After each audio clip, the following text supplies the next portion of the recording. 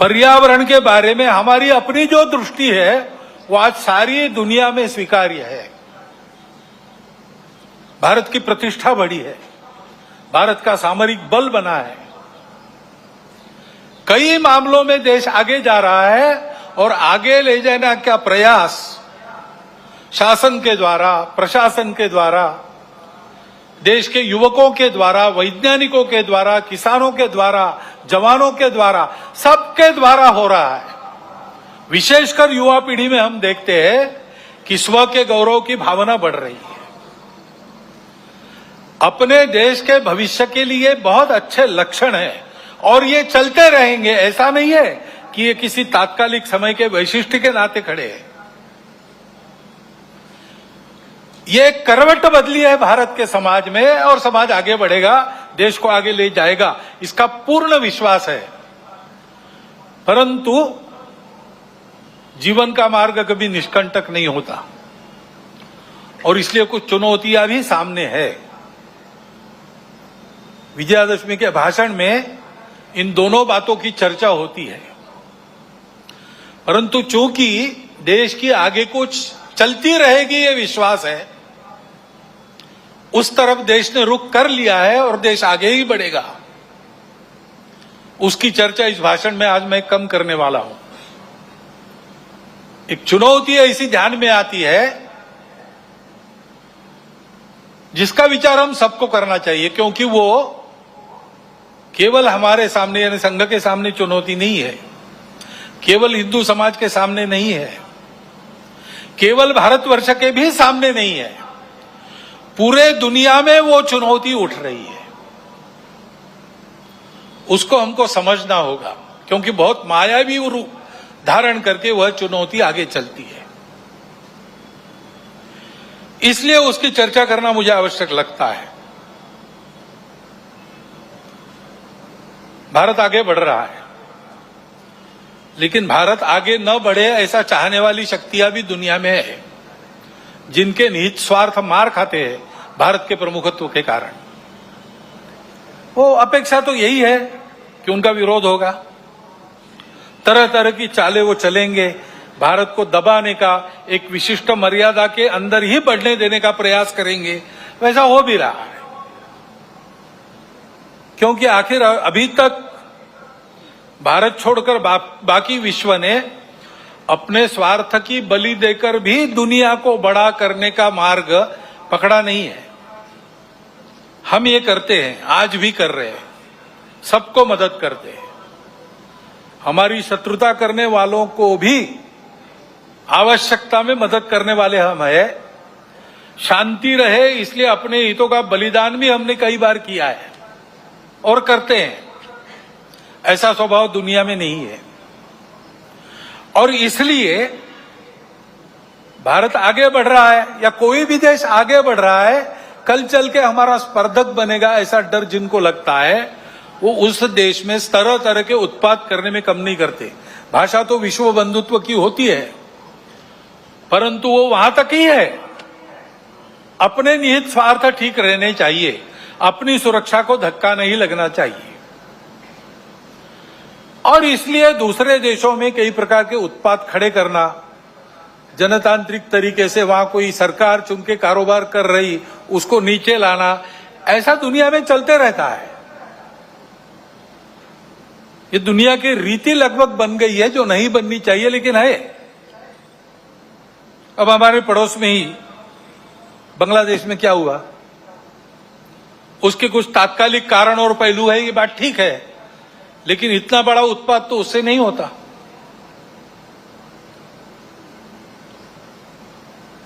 वो कारण उनकी चर्चा जिनका विषय है वो करें, परंतु दो बातें ध्यान में आती है। पहली बात है कि उस उत्पाद के कारण वहां के हिंदू समाज पर जो अत्याचार बार, उस परंपरा को फिर से दोहराया गया।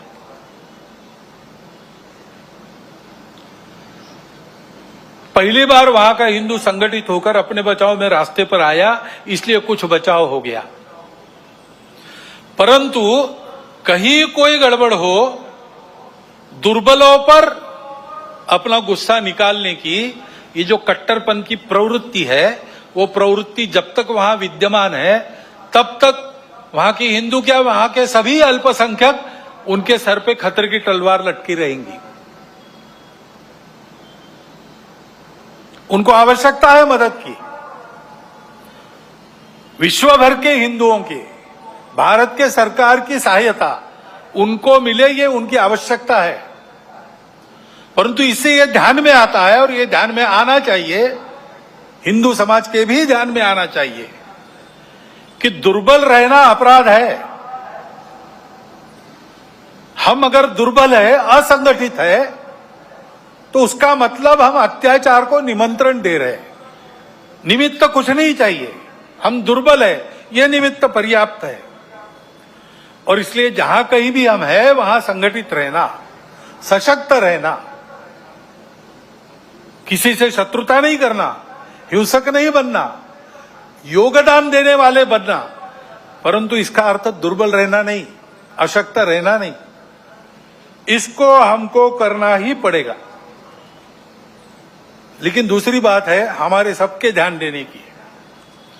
अब वहां चर्चाएं ऐसी चलती है बांग्लादेश में कि भारत से हमको खतरा है, और भारत से खतरा है इसलिए पाकिस्तान को साथ लेना चाहिए, वही हमारा प्रामाणिक मित्र है। और दोनों मिलके, क्योंकि उनके पास न्यूक्लियर वेपन्स है, हम भारत को रोक सकते हैं। जिस बांग्लादेश के निर्माण में भारत की पूरी सहायता हुई, जिस बांग्लादेश के साथ भारत ने अब तक कोई वैरभाव रखा नहीं, आगे भी नहीं रखेंगे, उस बांग्लादेश में ये चर्चाएं हो रही है। ये चर्चाएं कौन करा रहा है?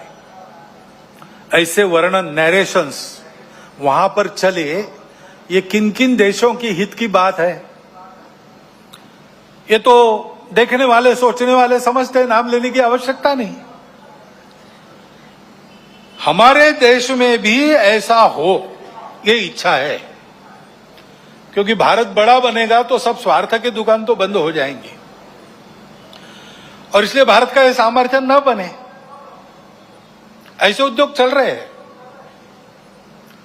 Deep state, wokeism, cultural Marxism, ऐसे शब्द चर्चा में बहुत है। पिछले साल भी मैंने उल्लेख किया था। कुछ लोगों ने कहा था कि अपने यहां तो है ही नहीं। ऐसा नहीं है, अपने यहां है, बहुत पहले से है। क्योंकि केवल भारत नहीं, सभी सांस्कृतिक परंपरा के विरुद्ध ये विचार जाता है। परंपरा से दुनिया में कहीं भी कोई भी समाज जीवन में जो मंगल है, भद्र है, ऐसा मानता है, उसको ध्वस्त करना ये इनके कार्य प्रणाली का अंग है। और ये करने के लिए पहला सूत्र उनका होता है, इन्वेड द इंस्टीट्यूशंस।